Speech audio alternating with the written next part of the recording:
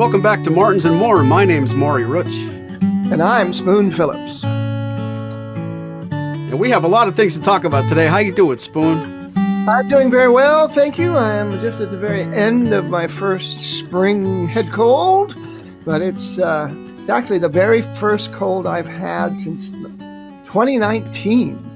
In terms of, the classics, some people can probably hear it. I'm a little stuffed up, but I have to say, there was a pretty long stretch of staying cold-free, so I guess I was due. How about you? Well, Stuffy Phillips, I'm feeling much better than you sound. I've actually skated right through the cold and flu season with, knock on wood, here comes the giant jinx. I'm actually feeling pretty good. I was outside in the beautiful weather today, and the sooner we get this list out of our system, I think we can both get outside in the sunshine. If anybody listening out there wonder what the weather's like today, wait to see how short this episode is. Actually, it's a very interesting, important episode. I think I was very excited when Maury wrote me and saying, "Why don't we do a special episode inspired by certain comments and questions from some of our listeners?" And I actually just sent Maury a list of some items as well that I have picked up from my own website, One Man's Guitar, which everybody knows is onemans.com. With a Z. With a Z, One Man's with a Z, which some things that some of my own readers have written to me about. And if you feel something's a little bit off on this episode, it's probably because we're on the Dick Boke hangover. We just came back from our last episode, which was over the top fun. You guys got to go check that episode out if you haven't seen it yet. Dick Boke invited us both to his private home, his private workshop, to play his private guitar collection. Not guitars that he bought, but guitars that he built. And I don't know if we can really compare that to this because it's just the two of us. There's very little guitar interaction, but I just got to tell you on record, Spoon, that was so much fun, and we got to get back there sooner than later to hang out with our friend Dick Boke. Absolutely. It was a wonderful time, and he is an absolute, not just a living legend, but he is a living encyclopedia and resource of so much Martin history. And he was very good friends with C.F. Martin III, who he met when C.F. was in his 80s. And C.F. imparted a lot of knowledge that had come from his grandfather and his father before him. And so we're going back to literally the 1800s, that Dick was one degree of separation from the Mr. Martins in the 1800s, which is fascinating. And is really good at dispelling, a lot of myths that have built up about Martin guitars over the years, and which ties right into this program of that we consider a Mythbuster episode. That's right. Who are you going to call? Let's go to the phone lines, and by that I mean let's go to the YouTube and the Twitter and the inbox of the emails. We had some of our friends actually tell us what they think a good myth would be to talk about. The first one that's staring me down the barrel, our friend Phil says, let's talk about the myth that rosewood is better than mahogany. Just kidding. How about heavy gloss versus satin, or open pore finishes affecting the sound and resonance? How can you know when the wood quality is different from guitar model to guitar model? So I'll start first by saying anyone who thinks that the fact rosewood's better than mahogany is a myth can just get right out of here right now. Stop listening. Unsubscribe. Take us off your phone. Of course, I'm kidding. You guys know all about the tongue-in-cheek rosewood versus mahogany that I probably instigate too much. But Phil brings up some good points, and I'll defer the first one to you, Spoon. I'll let you go first, and then I'll rebut whatever you say. What do you think about gloss versus satin and that kind of question from Phil, where how do you know when the wood quality is different from guitar to guitar? Well, it sounds like you came out with like 4 different myths to possibly bust. So I'm going to begin actually by just pointing out, as we've said before, that rosewood being better than mahogany is of course, a matter of personal preference. And I was very much a mahoganite for a great deal of my life, and actually liked mahogany more than rosewood. And then I got seduced by the dark side of that lusher, more complex harmonic array that you get out of rosewood and similar woods like Macassar ebony, and so forth. But But every time I play rosewood for a long time and I go to mahogany, it seems wimpy, it seems bright, and not a lot there, just kind of dry and bright.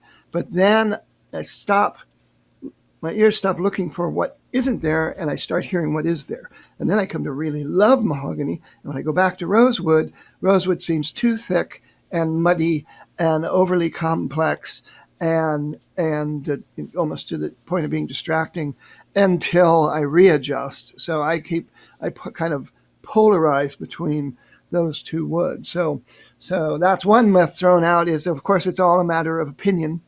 Though I do prefer those two types of wood over all the other kinds of tone woods, except for spruce. So I have to shout out to Dick again. And he showed us these guitars he's making completely out of spruce, and they sound wonderful, unique, but plenty of bass response, much greater bass response than I originally expected. And I'll probably bring some of that up and some of the other myths we're going to be busting. Well, now we're going to go to the, we talked about a couple of different things you mentioned. You mentioned satin versus gloss, and you mentioned, I know he mentioned pore filler, and he mentioned, wood quality. So we'll just start with, we'll separate those three. So let's start with gloss versus satin. I guess the myth is that one's better than the other.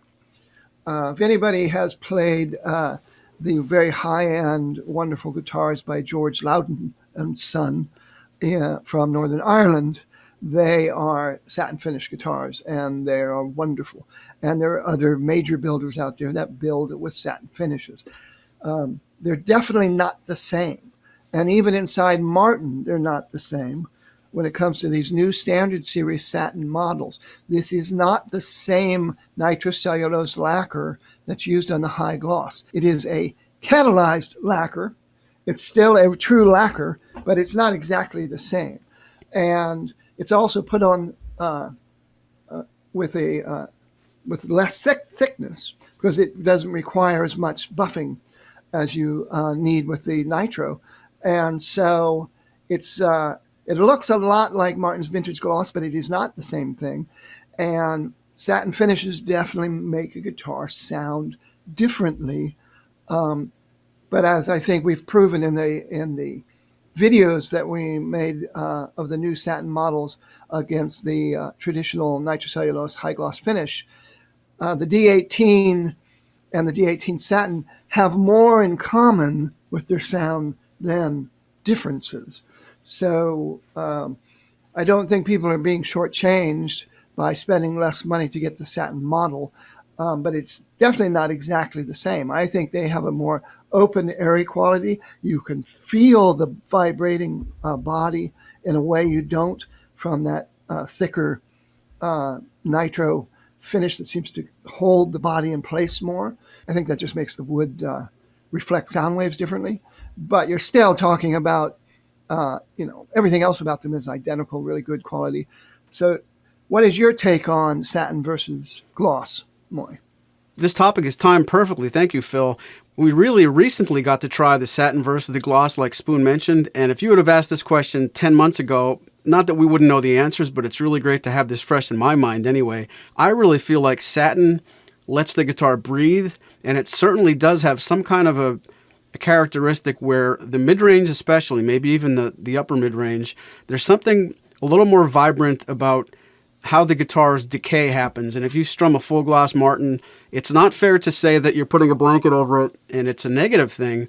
But conversely, I'll be really honest, when I play a D18, right before I play a D18 satin, there is something more open is going to be a cliche word. It's not necessarily louder, but there's a projection that's maybe a little bit less compressed in a satin finished guitar. Not so much that it bears, spending another 20 minutes talking about it, but the truth that is not a myth, I really do hear a difference. So if we can kind of take, Phil's tongue-in-cheek comment about rosewood and mahogany, and he made a quick comment about speak on the differences from gloss and satin. I'm not even sure Phil is trying to say that there's a myth here, but if anybody thinks that satin and gloss sound exactly the same, I would say that's definitely not true. I hear a difference. I'm really anxious to play more and more of these. you're listening to somebody speak on a podcast who's played millions of D18s in the full gloss treatment. I've only played three different times a D18 with the satin finish, so I have a lot of catching up to do. But first impressions are they do certainly sound different. Yes, and I think when they sound differently, again, just like rosewood and mahogany, it is not necessarily mean one's better than the other. And there will definitely be people who prefer one over the other. I think it's a marvelous idea because I think there's a lot of non-Martin people out there that have been playing other brands that think about getting a Martin, but their ears have just been conditioned or tuned toward certain kinds of sounds. And Martin just doesn't provide them that sound. Well, this is another option for them to feel like they're getting a real Martin from the standard series with the full dovetail neck joint and the whole bit, and but actually has that more less, like compressed. I think is a very good word for it. There's less compression in that voice. It's not as thick and solid a voice, which many Martin lovers love, that thick, solid robustness of the traditional Martin voice. So that's great. I think it's, time will tell how popular they are, but so it's definitely a myth that they sound exactly alike. And it's a myth to say that full gloss is definitely superior tone-wise. Well, just as I was about to call you Sneezy Phillips, I'm going to call you Segway Phillips, because one of the other topics on this list has everything to do with the dovetail neck joint. Our friend Andora's Revenge says, how about more info on the sonic properties of the dovetail joint? And I would love to know who did what to Andora. If his name is Andora's Revenge, look out. I want to know more about that. Well, I want to know if he's referring to Andora, the grumpy mother-in-law from Bewitched that I grew up watching as a kid. Perhaps, wow. Perhaps there's also a country called Andorra, so maybe that's what it is. But back on topic, we probably should have said this at the very beginning, that these are, of course, our personal opinions, and I'm very opinionated when it comes to the dovetail neck joint, and much more so when it came to the mortise and tenon neck joint that Martin came out with in the 1990s. And actually told their sales force and their district sales managers that you have to say that there's no difference in tone whatsoever. And that, it just simply wasn't so. There's always going to be a difference. As Stephen Stills famously said, a guitar is a box that rattles, and every single thing you put on it or do to it affects how that rattles. So, but now Martin has the simple dovetail neck joint, which is a very good name for it. And it's smaller, it's less complicated, it requires less precision from the human dealing with the putting it together and all that sort of thing. Though nowadays Martin has, they've perfected the laser cutting, or however the robots cut the woods now, that the full-size dovetail and this simple dovetail are actually created in similar ways now. But what you're basically talking about, first of all, a mortise and tenon, a dovetail is a mortise and tenon. The mortise and the tendon are the two pieces of the joints, basically the male-female aspect of the joints. So a dovetail, but the traditional dovetail, is a wide V that's shaped, of course, like the tail of a dove. And you'll see it in furniture making and any kind of woodworking. You'll often see different kinds of dovetail joinery. The good thing about the traditional dovetail neck joint at Martin and other companies that use it, like Santa Cruz and Gibson, is that you have a lot of mass from the neck in the joint. So vibration from the neck is getting into the neck block and vibrating the neck block, which then transfers more energy from the neck into the tonewood body that is generating the sound waves that take the sound waves from the string vibration and turn it into a tone, and the tone that we hear. The mortise tendon neck joint, which is still used in Mexico on the X series and Road series, I believe. Traditionally, in the old days, had a plywood neck joint. So that was another part of it as well. The traditional dovetail neck joint had a solid mahogany neck block. The M&T joint didn't, and there was definitely a difference. It was a people would say on the positive side that the mortise and tenon neck joint was good for acoustic electric guitars because it had less of that wavering undertone and that the sustained tone of the Martin. It didn't waver as much, and so it was more feedback resistant. Other people say that they sounded brighter and more vibrant, and there was no coincidence that fans of Taylor guitars, when they would go to buy a Martin, would often buy a Martin from the 16 series back when they had M&T neck joints, because it had a similar tonal property where you hear the fundamental notes clearly, and they stand up and are kind of separated from what I call the body resonance, where the traditional dovetail sound that you hear from Santa Cruz and traditional Martins, that body resonance swells up into those fundamental notes, and you get that wavering, which some people don't like, and they want the Collings and Olson sound of the very pure notes that stay very pure and very in their lanes. And there's much to be said about that sound. Martins and Santa Cruz guitars, Gibsons don't do that. The sound kind of wavers around. And as far as I'm concerned, it is because of the dovetail neck joint. So that's my rant about the dovetail neck joint. The downsides of the dovetail neck joint is they're not adjustable. It requires a good deal of work when the neck, and eventually the string tension will put the neck out, and you end up having to pay money. Where a Taylor, you can learn very quickly how to probably reset your own neck in a dressing room if you have to, as Leo Kottke does regularly. So there's negative sides in terms of the practicality of it. But so you bust my myth, Maury. I just defended the claim, the legend, that the dovetail neck joint has a particular sound, and it is definitely a part of the traditional Martin tone. I just want to also point out, I may have said mortise and tendon because I have a tendency to do that, and I think my stuffed up nose is kind of making me turn the tenon into tendon. But mortise and tendon neck joint. Well, you probably know I do have mortise and tendonitis sometimes if I play guitar too much. But stupid jokes aside, I can't really debunk what you said, but I will tell you that there are a lot of times I've seen people talk on forums, and times I've talked with top people at Martin Guitar and our friend John Hall at Blues Creek Guitars and some other builders, or maybe hobbyists that know enough about building. It's very rare that I've come across two guitars made by Martin where deliberately the only thing different was the neck joint. So I don't know if there are really good examples out there besides in R&D where you could play a 1990s, D16, one made with dovetail, one made with the M&T, or I'm going to call it M&T and be careful. I don't really know that I've had the opportunity to say there's the only differences there. And you could correct me if I'm wrong.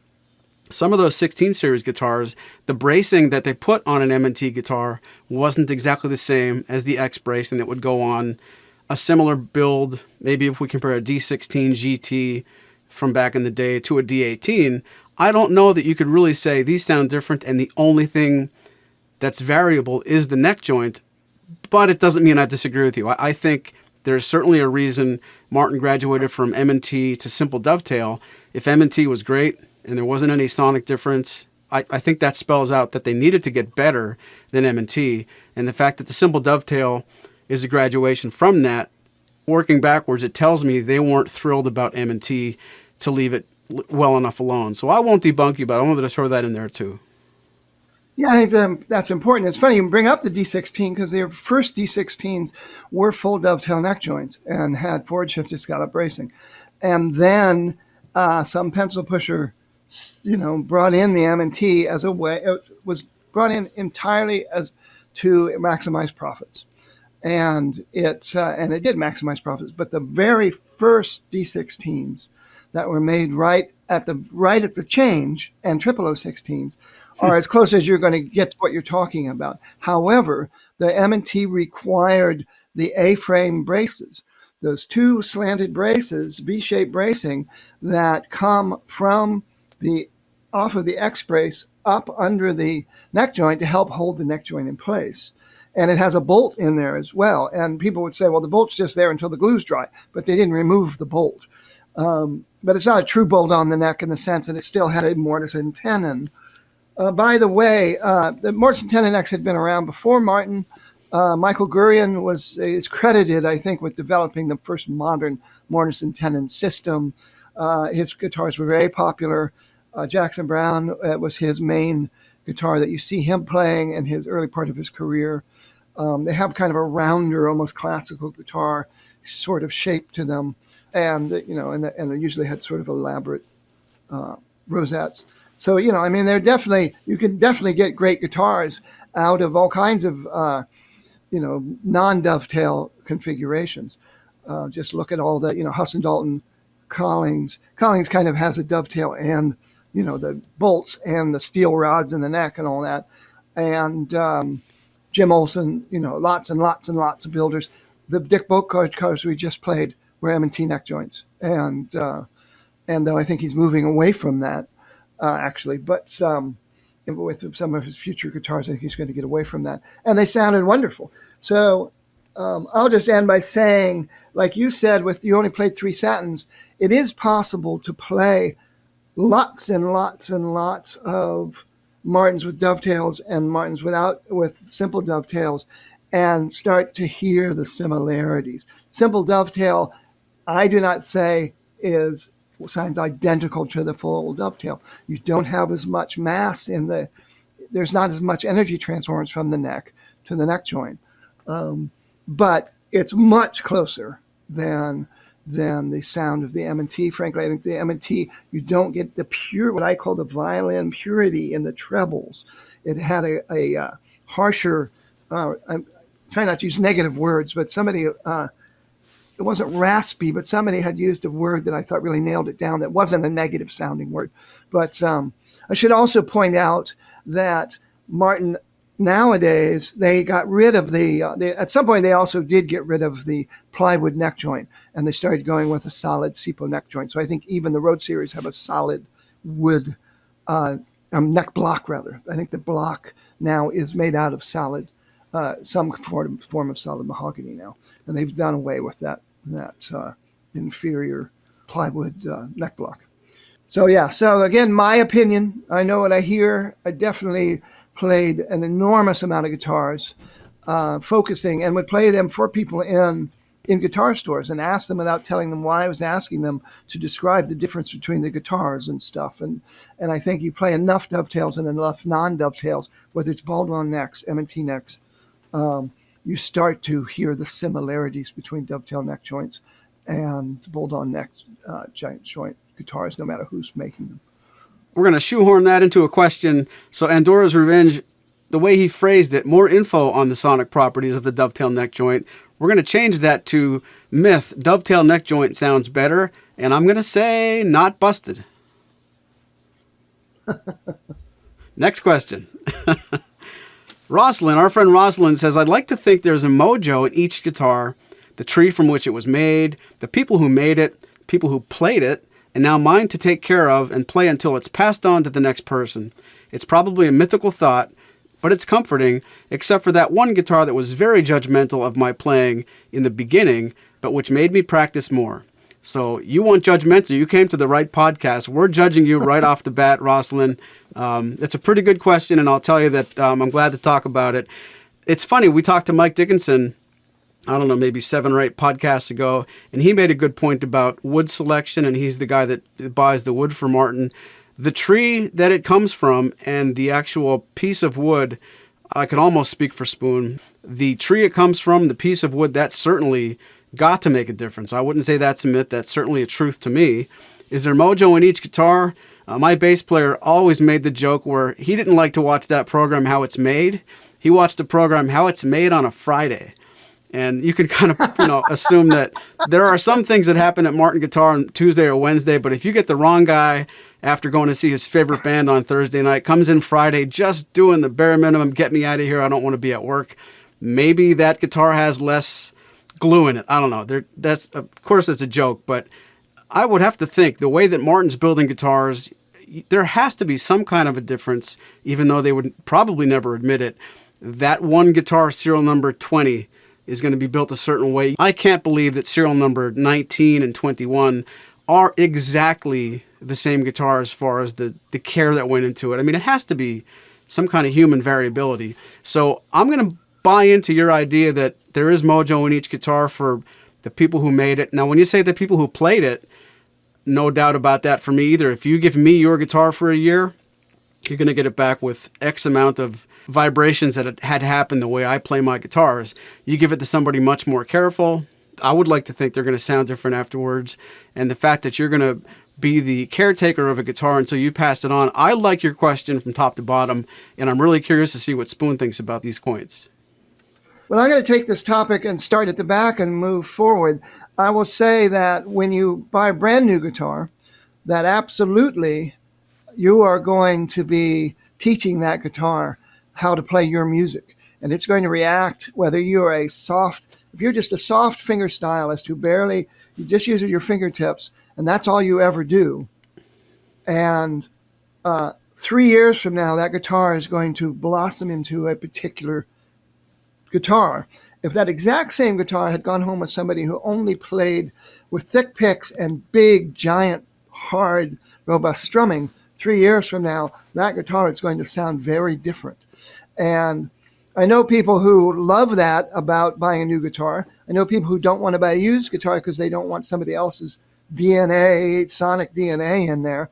But I think other people will love the fact that Rosalind has loved that guitar and had taught it to play her music, and it grew to respond to her music, and now they get to the benefit of that and get to also add in their own panache and their own mojo, if you will.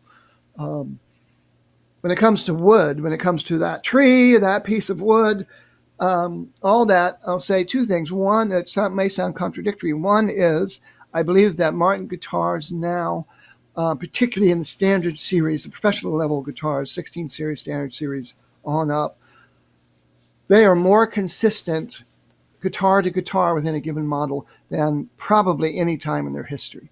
Their quality control and the way they create them now.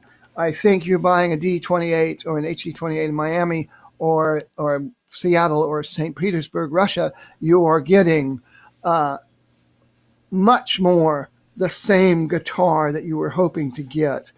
And yes, of course, every piece of spruce is a little different, but everybody should remember that the lowest grade woods at Martin Guitar are still much higher quality than most of the guitars. I mean a majority of the guitars in the guitar market around the world. And not only that, Martin has been at seasoning wood for a very long time in terms of how they take the wood, how they mill the wood, how they kiln the wood when it's necessary, how they put it in the acclimation room, and and how they aerate it and all that stuff. So in some respects, there's mojo in a Martin guitar. If that same tree and that same wood would have been sold to another company, it would not end up sounding the same because everybody is responsible for how they how they season their wood. So you can say that everybody in there, from the person who put on the fret markers, that in a way their mojo is in there, and but certainly the owner of the guitar. And I'll just end by saying I coined the phrase the dead man's note, which is the A string at the 9th fret, I believe, is the deadest sounding note on a new guitar. But, and I've done this with recordings, that if you play it and you really do reverb, you do the vibrato with it, and you play it, it improves. And more you get resonant frequencies coming out of the body of the guitar. And after a year or two, that note sounds much more resonant than the day you first started playing that guitar. And I think there's also a phenomenon where they seem to be deader on long scale dovetail neck joint guitars. I believe when they play those notes on makers of bolt-on neck guitars, it's a phenomenal thing because it doesn't seem to happen the same way. That dead man's note isn't so dead on bolt-on neck guitars, and why that would be, I don't know. But that goes back to the myths of the dovetail neck joint. The fact that old-fashioned carpentry that creates a dovetail neck joint is in some ways, I won't say inferior, but it's imperfect. And I think when I talk about those wavering Martin, that notes that kind of waver, and harmonics that waver in and out and go slightly out of tune here and there, is in some people's minds an imperfection, where in my mind, that's why I love Martin so much. And that's why every Martin has its own unique personality. Even if two HD28s sound almost identical, they'll never sound truly identical. Mojo, baby. Next question. This one should be quick. We're hot on the heels of the winter finally being over. I really hope cold temperatures are behind us for good. This next one is pretty polarizing. You can go anywhere on Facebook or the guitar forums and pick a side, and you will have people with you. You must wait 24 hours to open the box in cold temperatures when you buy a guitar online. Myth or truth? I can't wait to say my part. Could I go first? Please go right ahead. This is its truth. I cannot believe how many people are so insistent on proclaiming that you don't have to wait. It's like there's so many people in a hurry to run through the internet and tell you that you spent $3,500 of your own money and you're being told by someone else you shouldn't wait. Tear open the box. That whole thing is a myth.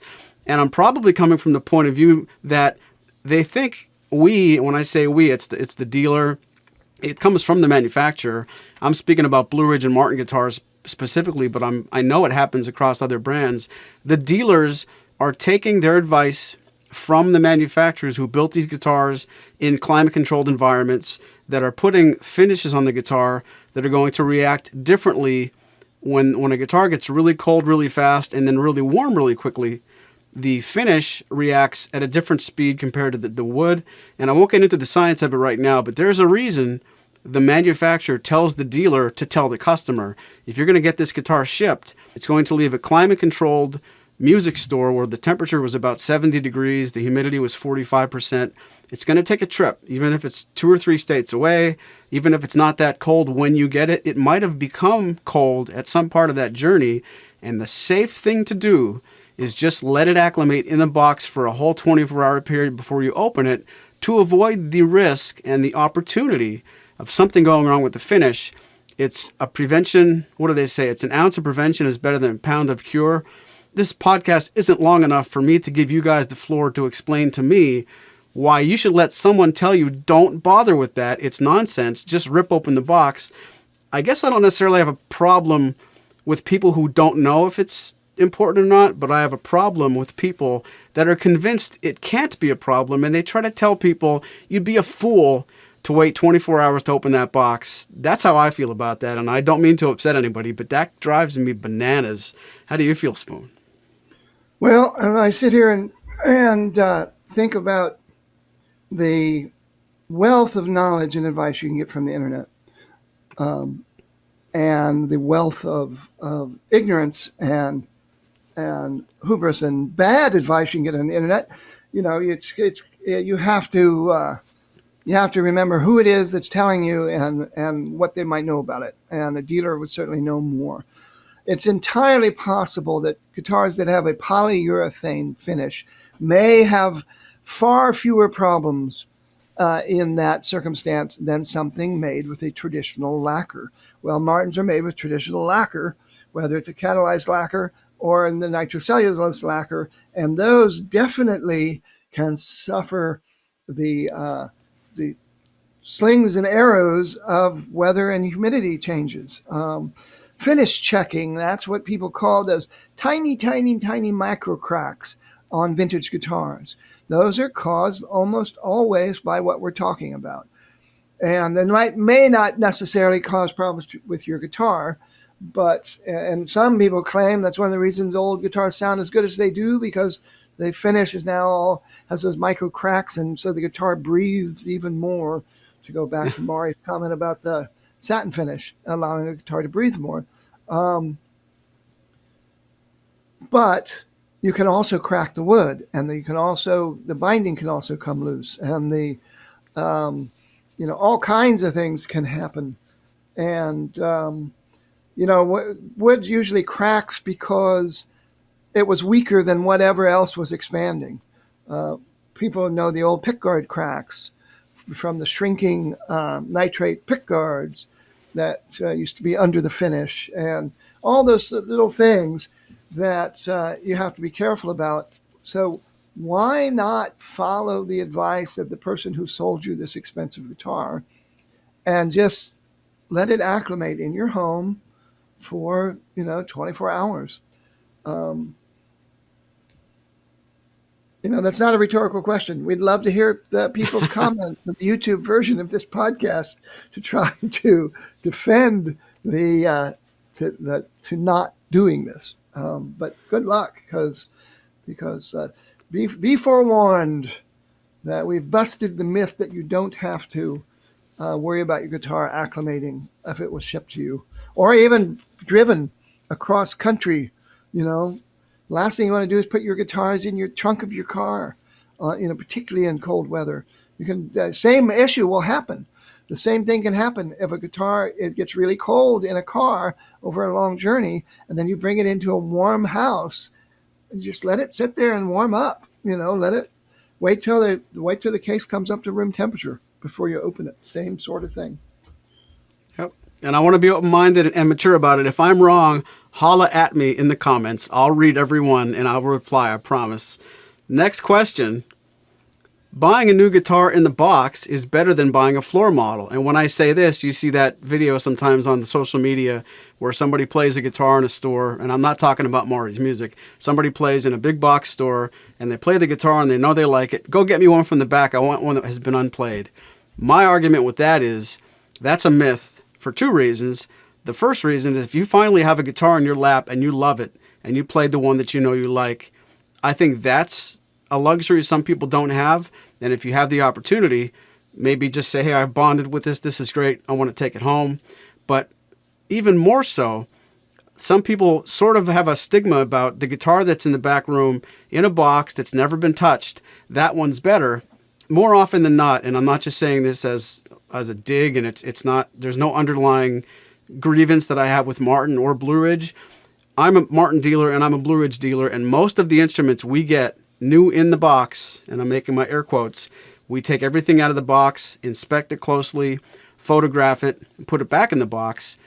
There are many, many times that the guitars need a little bit of attention, whether it's a setup, whether it's a small scratch, a small imperfection. What you want is to buy the guitar that's back in the back room, that's been inspected before and not abused. So if you find that, that's the holy grail.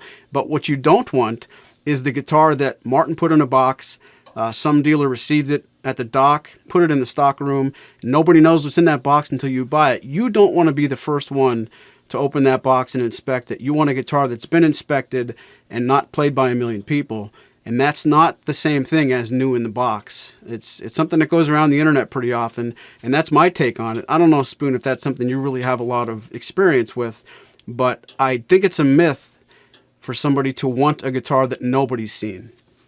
Well, I think your point is totally valid. That first of all, somebody in final inspection played it, because they have to string them up and play them and make sure their intonation's all correct and all that. But yes, you definitely want them inspected by somebody who knows what they're doing, like at Maury's Music, of course. If you're playing if you're lucky enough to get to the Martin factory and get to play guitars that are on the wall in the visitor center or back in the picking parlor where they have the better guitars on the wall, you can buy those. If you love them, you can just say, I'd like to buy this one. My dealer's Maury Rutch of Maury's Music, and they'll just call Maury and arrange that sale. And one advantage you get by that is not just the fact that you got to buy it at the Martin factory, but that you found a guitar that you fell in love with, and it was that actual guitar. My experience in the 1990s, when I would frequent, in the early 2000s, I'd frequent Mandolin Brothers on Staten Island, which was basically like being in a guitar museum where you could play all these amazing vintage and new guitars. But they would, and other dealers would be willing to, if you really liked the one on the wall, they would bring you one or two more from downstairs. So you could play them. And, but the times that I witnessed that, most people kept the one that was on the wall. And I believe that's because a couple of reasons. One, I believe that spruce tops, particularly Sitka spruce, has to wake up. If it's been sitting for a long time, guitars can sound kind of dead at first, and you really need to get that top moving and get the sound out of it.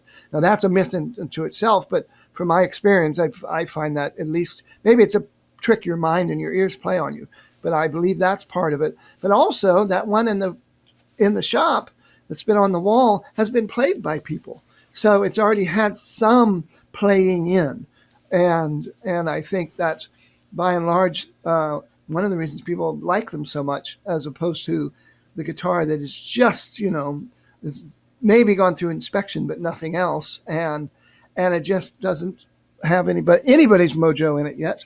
So if that's what you want, if you want to be only your mojo, then by all means. But but I would say if you find a guitar in a shop that you like, you better have a good reason not to buy it. And, sure, I've been in guitar stores where things have been cracked and clearly somebody's dropped it, and that's a different matter altogether. But I also have seen people who say, "Oh, it's got a scratch on it." Yeah, it's like I don't care. I love how it sounds, and we've met and we've fallen in love. So it was love at first here, and so it's now my dear, and we're going to stay together. So I think maybe it comes down to the person and the guitar. But yes, the last thing I would want to do is have Martin ship me something that hasn't gone to my dealer, and my dealer hasn't made sure that it didn't need a tiny bit of fretwork, or it didn't need the neck rod adjusted a little bit, or things settle over that first week. And certainly if it's been in a UPS truck or something like that, then I would definitely want it inspected by the person who sold it to me. So I don't have so I can so I can say, they can say, and I can say that that it got to the shop in good stead, and is now in the best condition it needs to be before it gets to me. All right, next question, next myth: truss rod adjustment and action height. Myth: you can use the truss rod to adjust your action. I think I know what I'm going to say, Spoon. What do you think I'm going to say? Technically, the answer is no. That's not how you adjust action. There's certain things that you can do that I think people use the word action incorrectly. You can adjust the truss rod to make certain problems go away, but it's not really adjusting the action, which has to do with the height of the string in relation to the frets and the saddle and the nut. Speaking of nuts, what is Maury's Rutch answer? Gosh. All right, I'll tell you. Here's the thing. When you adjust the truss rod, and when I say that, you use a truss rod wrench. If you loosen the truss rod wrench, you're removing some tension and allowing the strings to have more relief. And we'll define relief by, if you would hold the G string down, for example, one finger at the first fret, use your other hand to hold it down at the 14th fret, the amount of relief that is in the neck, if you use that string as a straight edge, is variable. So what you want to do is you want to have just enough relief. You don't want it to be dead flat, but you want just enough relief for your playing style. This is sort of a Goldilocks thing. Some people like it a little bit hotter. Some people like it colder. There's more than one correct answer depending on playing style, but there's a window of tolerance. You don't want way too much and you don't want none.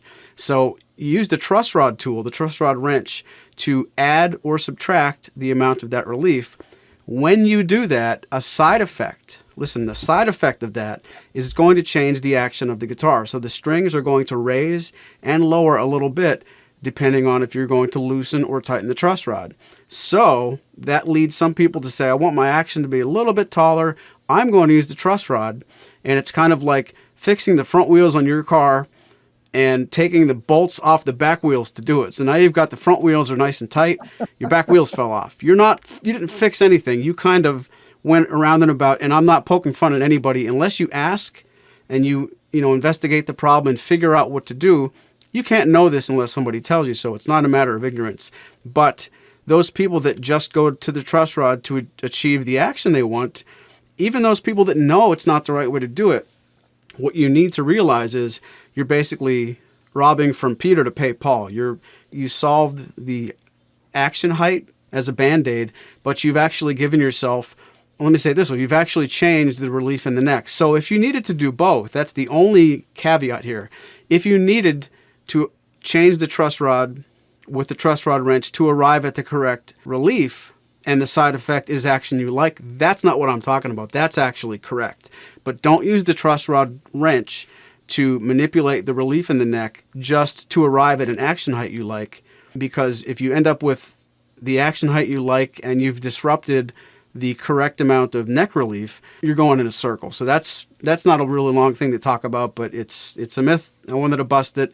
Let me know in the comments if you'd like to take a truss rod wrench and throw it right at my face. I don't mean to upset anybody, but that's where I stand on that subject. And I feel like I've been taught from some really, really knowledgeable people on the subject. And that's the truss rod myth, busted in quick time. So let me ask you this. How do you change the action for somebody when you're really going in to raise the action or lower the action? The correct way to do it is at the saddle. So if you need a higher action, you really do need to take that saddle out, at least put a quality shim under it, which I don't recommend, but it works. The best thing to do is actually, carve a slightly taller saddle. If you need the action lowered, take your saddle out and lower it at the bottom of the saddle. Sand the bottom of the saddle against a really, really clean piece of sandpaper on a dead flat surface, and then put your saddle back in. So you want to take height away from, or add height to, the saddle to change your action. You heard it here first and last, folks. Next, that was an easy one. The next one's probably tied back to what you talked about a few moments ago. Myth. You must play the guitar before you buy it in person. If you find any 10 Martins, 2 are going to be great, 2 are going to be dogs, and the rest are just going to be average. Myth or truth?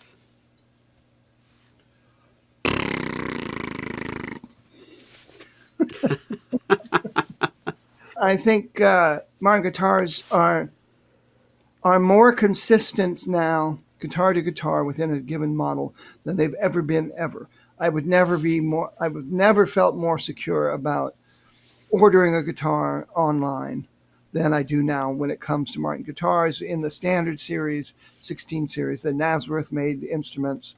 That's just the way it is. Sure, people like the idea. People love the fairy tale romance idea of what we just talked about earlier, going into a shop and playing a guitar and falling in love with it and walking out with that guitar. But a lot of people don't have the opportunity to do that, first of all, without driving miles and miles and miles and miles and miles in some cases to get a chance to play Martin guitars. And they have many options online.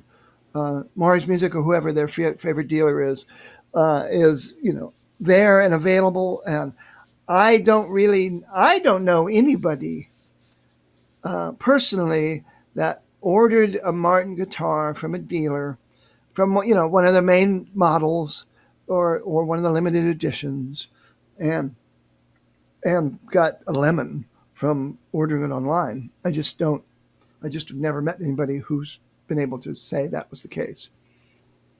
Yeah, and I should probably be more deliberate about my busting this myth. There might be somebody who did play 10 Martins in a store and found that to be true. But to go back and perpetuate the legend of, let's put this online so people share it, and I think sometimes we can be guilty of seeing something online so many times, and 2 or 3 people said it, so it's got to be true. You might find some people do feel like that, and then if you get the right 10 people to say, I feel like that too, well, now did all all of those people actually do this test.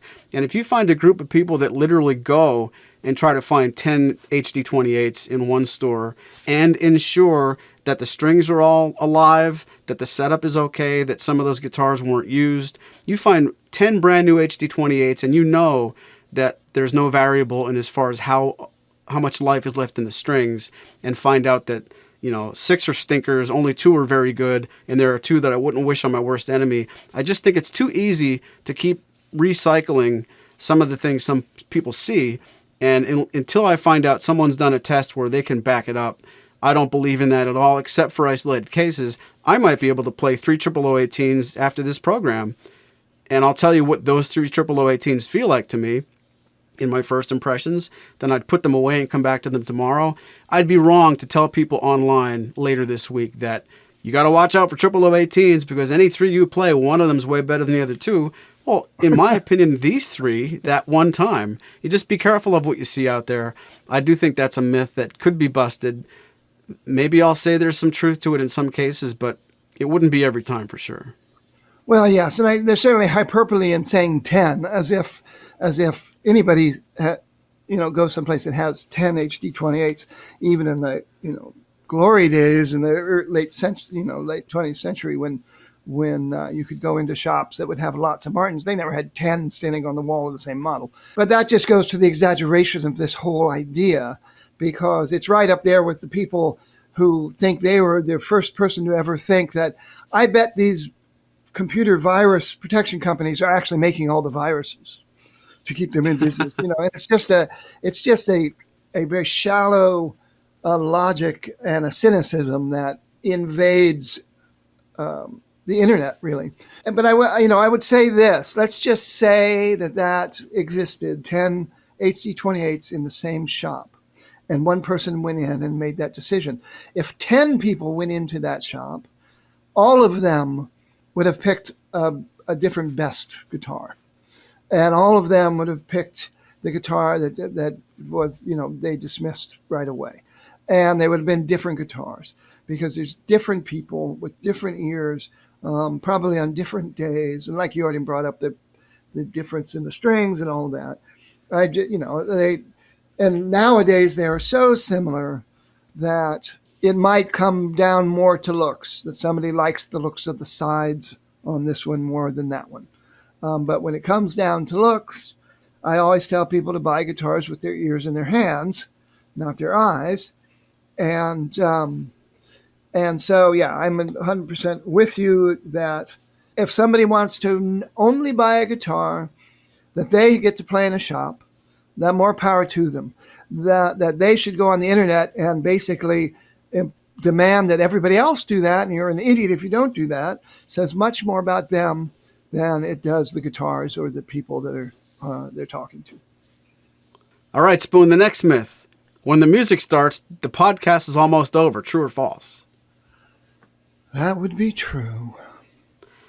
Alas, we've come to the end, or should I say the middle. We have so much more to talk about here. I think it would be a myth if I would tell you we're not going to come back with part 2 of this episode. Stay tuned and be sure to follow us. We'll be back at you next Monday with part 2 of Myths and Truths. And a lot of that stuff on the list comes from Spoon's point of view. I can't wait to hear what Spoon thinks is a myth when it comes to acoustic guitars. Well, also, I'd like to encourage listeners, anybody listening to this, if you're on the YouTube version of this, if you want to put in the comments other Martin myths you'd like us to explore, or perhaps send an email to Maury's Music. And what is that address, Maury? support@maurysmusic.com. With your Martin myth that you would like explored. Very good, and I'll take this opportunity to ask you guys, if you've enjoyed this program, we'd love it if you would share this podcast with just one person. Keep the ball rolling, get the word out there, and any support you could give us, we genuinely appreciate it. From all of us at Maury's Music, thanks for listening. Bust your myths later. This has been a presentation of Maury's Music, your trusted source for Martin and Blue Ridge guitars. Find us online at maurysmusic.com.